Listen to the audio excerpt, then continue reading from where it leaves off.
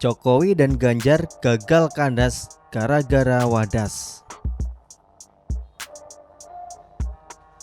Tulisan ini politis karena pembangunan sirkuit Mandalika pun ada sebagian masyarakat yang kecewa. Sebagai gambaran apa yang terjadi di Wadas, yang setuju 346, yang masih negosiasi 173, dan yang menolak 98. Pada Selasa 8 Februari 2022 lalu, rencananya akan dilakukan pengukuran tanah terhadap mereka yang sudah setuju. Betul, pada yang sudah menyetujui saja, yaitu setuju tanahnya dijadikan wilayah tambang batuan andesit guna keperluan pembangunan waduk bener. Tidak jauh dari desa mereka, Desa Wadas, hebohnya kemana-mana. Dari yang katanya ada penyerbuan dan penangkapan warga oleh aparat keamanan, pengepungan masjid, Wadas ditumbalkan untuk pembangunan waduk. Menyamakan pemerintahan Pak Jokowi dengan zaman Soeharto, menyarankan agar Ganjar dilaporkan ke kepolisian, hingga katanya Ganjar yang ternyata tidak merakyat. Hari itu dan beberapa hari setelahnya, berbekal clickbait dan judul narasi seperti yang dicontohkan di atas, membuat trafik berita cukup lumayan, menjadi alternatif bacaan dan tontonan selain kabar tentang varian Omikron yang katanya sudah melebihi pendahulunya, varian Delta. Santai yang memandang dan bernarasi negatif, sebenarnya ya itu saja. Ante-ante asing yang sebelumnya juga memainkan isu Papua. Para SJW yang senang gaduh karena kalau suasana tenang mereka tidak akan ada job. Mereka yang so advokasi ke masyarakat, yang sebelumnya gagal total menunggangi Omnibus Law dan Undang-Undang KPK.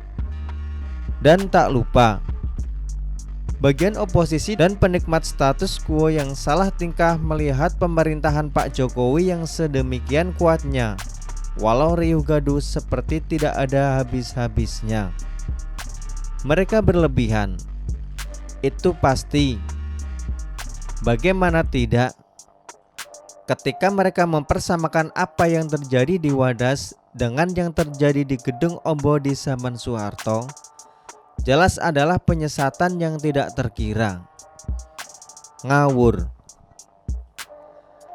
Yang terjadi kemarin padahal hanya pengukuran saja, dan bagi yang sudah setuju saja, yang belum dan yang tidak, ya tidak diapa-apakan dalam artian tidak diteror, tidak dipaksa, atau diperlakukan dengan keras.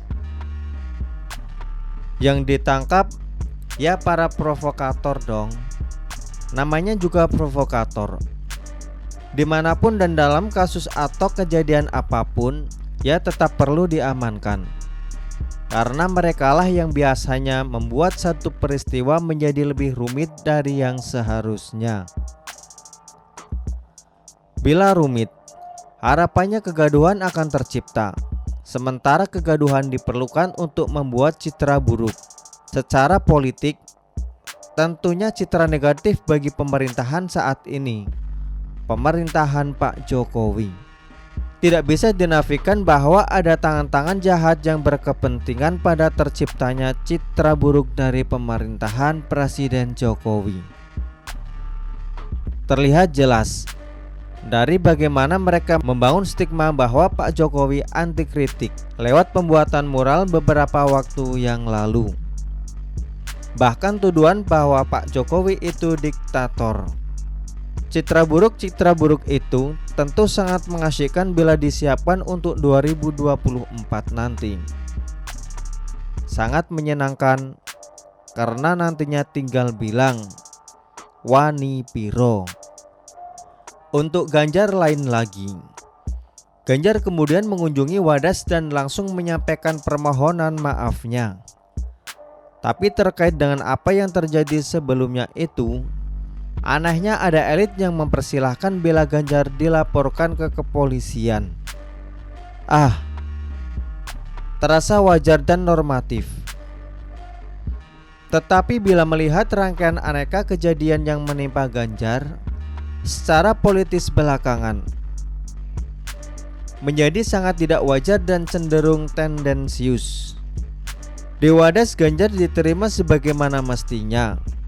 Tidak ada penolakan, tidak ada keramaian yang membahayakan. Slow-slow saja.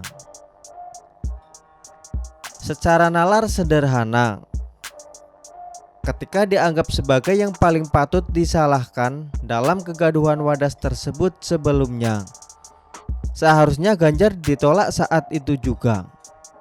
Atau akan banyak pernyataan ketidaksetujuan yang disampaikan ke Ganjar langsung. Seharusnya Ganjar menjadi sasaran kemarahan nomor 1 bagi masyarakat Wadas itu. Tapi apa? Ganjar ternyata aman-aman saja. Tidak ada luka tambahan selain luka lama akibat terjatuh dari sepeda beberapa hari yang lalu. Kalau begini kok jadi ingat ketika bantuannya dikembalikan. Tidak diundang secara di provinsinya. Dikomplain karena tidak menyebut, padahal tidak dikasih tahu kalau akan datang, dan kejadian tidak mengenakan lainnya. Akhirnya, kenyataannya Wadas tidak perlu membuat Pak Jokowi dan Ganjar jadi was-was. Status quo, oligarkis dan kroni-kroninya pasti tambah bingung saat melihat Pak Jokowi tidak terpengaruh. Ganjar juga tak perlu buru-buru panas walau terus dipancing dan selalu digas. Perang memang begitu, dan selalu akan ada pemakan bangkai di setiap ada kesempatan.